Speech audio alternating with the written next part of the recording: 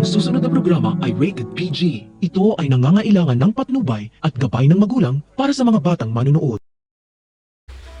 Gustong-gusto na sanang ibunyag ni Malu ang katotohanan kay Rosel na si Belle ang hinahanap nitong anak, kaya lang natatakot siya sa banta ni Chris at ni Melania. Awang-awa na talaga si Malu kay Rosel dahil sila ni Gomar ang naging dahilan, kaya nagdurusa ngayon si Rosel at inuusig na rin siya ng kanyang konsensya. Pero kailangan niyang panindigan na wala siyang alam dahil baka ipakulong siya ni Rosel at madadamay silang lahat, lalo na si Chris na naging utak ng lahat.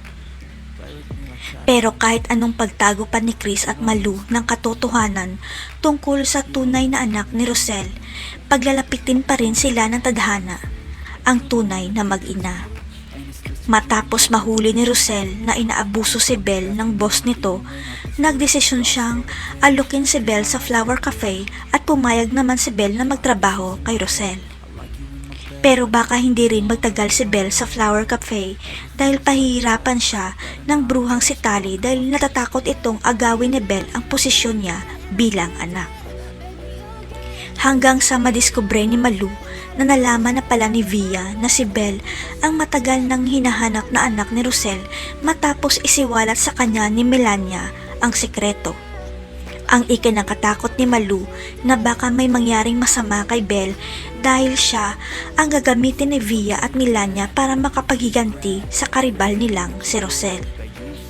Hindi papayag si Malu na may mangyaring masama kay Belle, kaya bago pa maging huli ang lahat, ilalantad na niya ang sekreto kay Rosel na si Belle ang anak nito. Pero kailangan pa rin mag-ingat ni Malu, kaya papadalhan na lang niya ng sulat si Rosel at magpapakalayo siya bago mabasa ni Rosel ang ipinadala niyang sulat. Magugulat na lang si Rosel nang ibigay sa kanya ng staff ang sulat na galing kay Malu at sinabi nitong si Belle lang pala ang hinahanap niyong tunay na anak, ma'am.